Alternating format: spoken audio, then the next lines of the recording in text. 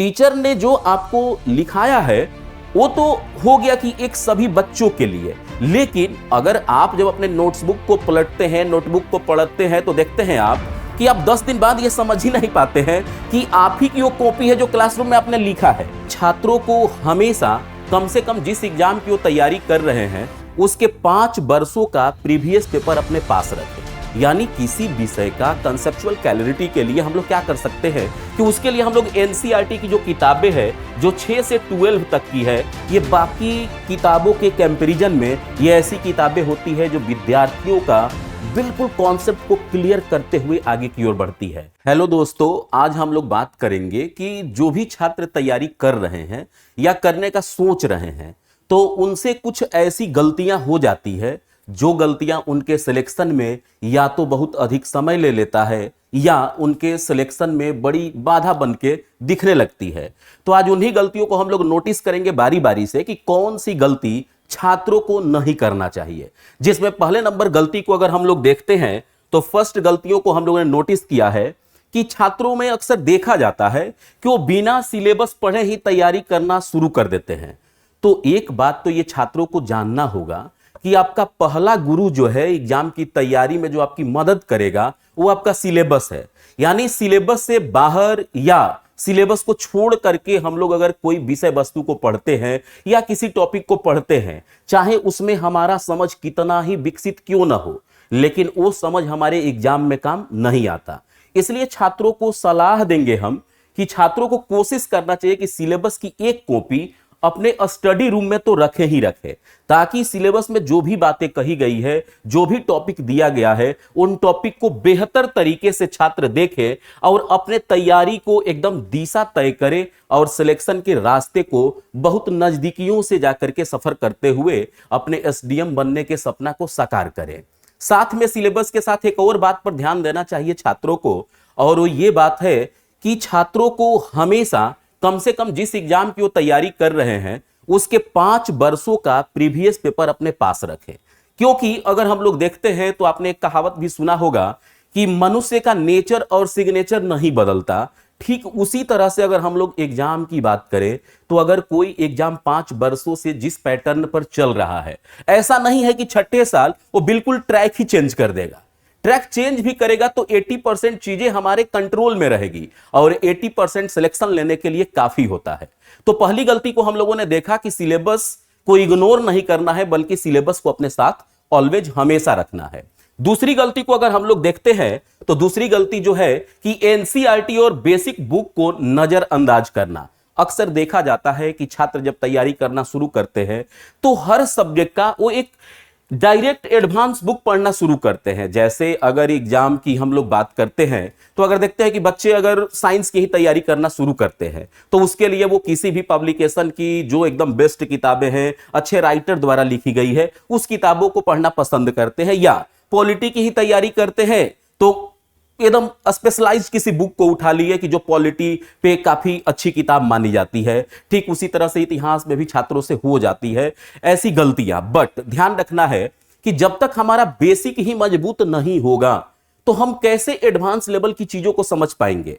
तो ये तो हो जाएगा केवल कि हम लोगों ने किताबों को केवल रट्टा मारा, समझा ही नहीं। यानी किसी विषय का कंसेप्चुअल क्लैरिटी के लिए हम लोग क्या कर सकते हैं कि उसके लिए हम लोग एनसीईआरटी की जो किताबें हैं जो 6 से 12 तक की है, ये बाकी किताबों के कंपैरिजन में ये ऐसी किताबें होती है जो विद्यार्थियों का बिल्कुल कॉन्सेप्ट को क्लियर करते हुए आगे की ओर बढ़ती है। तो विद्यार्थियों को मैं सलाह दूंगा कि विद्यार्थी एनसीईआरटी की किताबों को पहले प्रीफर करेंगे, न कि किसी विषय की डायरेक्ट एडवांस बुक को प्रीफर करेंगे। साथ में आप देखते होंगे एनसीईआरटी की एक खासियत है कि जब आप पढ़ते हैं तो उसके साइड में बॉक्स बना करके काफी इंपॉर्टेंट बातें लिखी रहती है, लेकिन पढ़ते टाइम हम लोग इग्नोर कर देते हैं। या किसी वैज्ञानिक के बारे में एक कॉलम में लिखा रहता है कुछ बातें, और वहां से जब क्वेश्चन आते हैं तो हम लोग को पता ही नहीं चलता कि ये क्वेश्चन कहां से आए हैं। क्योंकि हम लोगों ने जब पढ़ना शुरू किया था तो केवल हम लोगों ने उन्हीं बातों को पढ़ा जो कि हम लोगों को लगा कि ये चैप्टर से रिलेटेड है, लेकिन चैप्टर से रिलेटेड ही बातें आपके साइड में भी दी हुई है, एक बॉक्स में दी हुई है,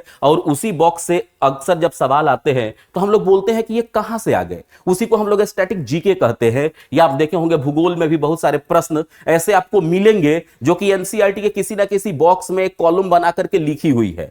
तो इन बातों को भी हमें इग्नोर नहीं करना है, बल्कि एनसीईआरटी किताबों को 6 से 12 तक को बढ़िया से स्टडी करना है। और स्टडी करने का मतलब यह नहीं कि केवल हमने रीडिंग दिया। जब तक आप 3 बार 4 बार 5 बार रिपीट नहीं करते हैं, रिवीजन नहीं करते हैं, तब तक वो किताबें आपके दिमाग में नहीं आती है और एक विषय पर या एक टॉपिक पर समझ भी डेवलप नहीं हो पाता। यानी हमारी प्रायोरिटी क्या होनी चाहिए कि हमें प्रीफर करना है एनसीईआरटी 6 से 12 तक की किताबों को, जो हमारे कंसेप्चुअल क्लैरिटी को आगे बढ़ाए। क्लियर। तीसरी नंबर जो गलतियां छात्रों से देखी जाती है कि वो टेस्ट सीरीज में हिस्सा लेने से बचते हैं। अक्सर हम लोग देखते हैं कि जो बच्चे क्लास करने आते हैं, क्लास में भी हालांकि अगर हम लोग देखें तो हमारे कोचिंग का ये प्लस पॉइंट है कि हम लोग हर दिन बच्चे को टेस्ट भी लेते हैं जितना पढ़ाया जाता है। उस टेस्ट में भी देखते हैं कि बच्चे क्या होते हैं कि भाग लेना पसंद नहीं करते। हालांकि हर दिन बच्चों से तो मेंस आंसर राइटिंग भी करवाते हैं, बट उसमें भी देखते हैं कि बहुत सारे बच्चे निकल जाते हैं छुप करके। बट जब तक आप टेस्ट सीरीज में भाग नहीं लेंगे, जब तक आप आंसर राइटिंग नहीं करेंगे, तब तक आप खुद का वैल्यूएशन कैसे कर पाएंगे। यानी सेल्फ इवैल्यूएशन की जो बात होती है, जो आप ही अपने बारे में सबसे अच्छे तरीके से समझ सकते हैं कि आपने जो पढ़ा वो आपके दिमाग में कितना गया, आपने उसको कितना समझा। ये तो तभी हो पाएगा बच्चों जब आप क्या करेंगे कि टेस्ट सीरीज में हिस्सा लेंगे। टेस्ट सीरीज में टाइम मैनेजमेंट और अपनी कमजोरियों का पता भी तो चलता है। अगर हम लोग बात करते हैं तो बहुत सारे बच्चे आते हैं जो पहली बार एग्जाम देते हैं, वो बोलते हैं कि सर मैं तो क्वेश्चन ही पूरा नहीं पढ़ पाया। कैसे पढ़ पाएंगे? अगर आपने अपने जीवन में 2 घंटे में 150 प्रश्नों को नहीं देखा है, तो आप कैसे उम्मीद करते हैं कि एक दिन जाएंगे और अचानक आप 2 घंटे में 150 प्रश्नों को देख लेंगे? यह संभव ही नहीं है। या 150 प्रश्नों को देख भी लिए तो समझ नहीं पाए। तो यह समझने के लिए क्या करना है कि हर दिन आपको टेस्ट लगाना है और टेस्ट सीरीज में भाग लेना है और खुद के बारे में इवैल्यूएट करना है कि आप कितना समझ अपने आप के अंदर डेवलप कर चुके हैं। तो ये चीजें कैसे पता चलती है? तो जब आप टेस्ट सीरीज में हिस्सा लेते हैं, तो इसलिए टेस्ट सीरीज से कतराना नहीं है, बल्कि टेस्ट सीरीज में भाग अवश्य लेना है और मॉक टेस्ट में अपनी जो गलतियां हुई है उन गलतियों को सुधारना है और उन गलतियों से सीखना है। गलतियों से भागना काम का नहीं है, बल्कि गलतियों से सीख करके आगे बढ़ना यह हमारे लिए जरूरी है। अगली गलतियों को जब हम लोग देखते हैं तो हम लोग देखते हैं कि नोट्स तैयार न करना।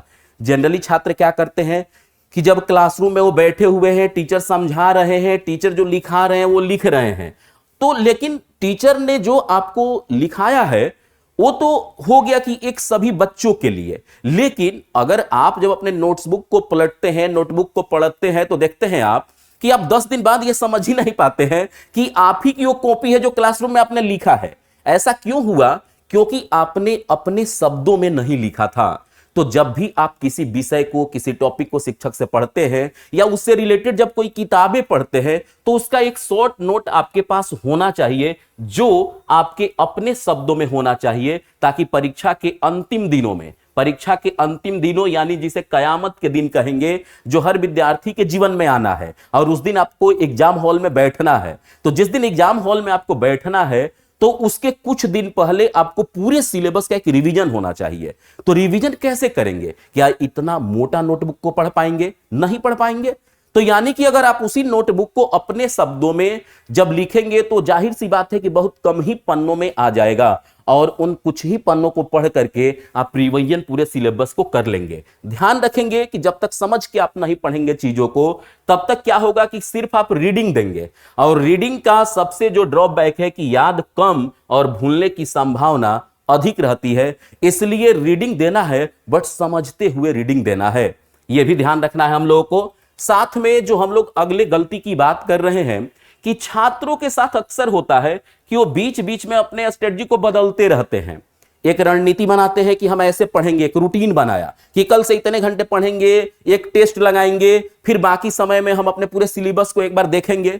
बट ये क्या होता है कि जब वो 10 दिन करते हैं, फिर उब जाते हैं, फिर कोई नया तरीका ढूंढते हैं, फिर नया तरीका ढूंढते हैं। तो जब बार बार आप चीजों को बदलते हैं, बार बार चाहे किताबों को बदलें, बार बार चाहे अपने गाइड को बदलें या कोचिंग को बदलें या टॉपिक को बदलें, तो ये आपके कंसिस्टेंसी में क्या करता है? ब्रेक लाता है। यह आपके रणनीति में ब्रेक लाता है, जो कि आपके तैयारी के समय को बढ़ा देता है। तो उन समय को कम करना है, यानी कि आपको एक ही सोच समझ के रणनीति बनानी है, एक ही गाइड चूज करना है, एक ही कोचिंग चूज करना है। और इन तमाम गलतियों को समझते हुए धनंजय आईएएस एकेडमी जो है आपके लिए बेहतर कि आप इन गलतियों को न दोहराएं। इसके लिए 5 अगस्त से फाउंडेशन बैच भी आ रहा है। उस बैच को आप ज्वाइन करेंगे और आप इन गलतियों से बचेंगे, ताकि ये सारी गलतियों को देख करके समझ करके आपके लिए कोर्स को डिजाइन किया गया है। साथ में यह भी ध्यान देना है कि एक बार सही स्ट्रेटजी चुन लेंगे, उसी पर टिके रहेंगे, भरोसा रखेंगे, धैर्य रखेंगे, तो एक दिन आपका सिलेक्शन हो करके रहेगा। यानी कि पूरा कंक्लूजन इन गलतियों से जो हम लोग सीखते हैं कि अगर हम लोग की स्मार्ट स्टडी होती है, हार्ड वर्क करते हैं, प्रॉपर रिवीजन करते हैं, तो सक्सेस तो हो करके ही रहेगा। और जो आप सपना देख रहे थे एसडीएम बनने का, वो सपना को आप साकार कर पाएंगे। तो चलिए हम लोग मिलते हैं फिर अगले वीडियो में। तब तक आप लोग घर पर रहिए, खुशहाल रहिए, पढ़िए, गलतियों से बचिए और सिलेक्शन लीजिए।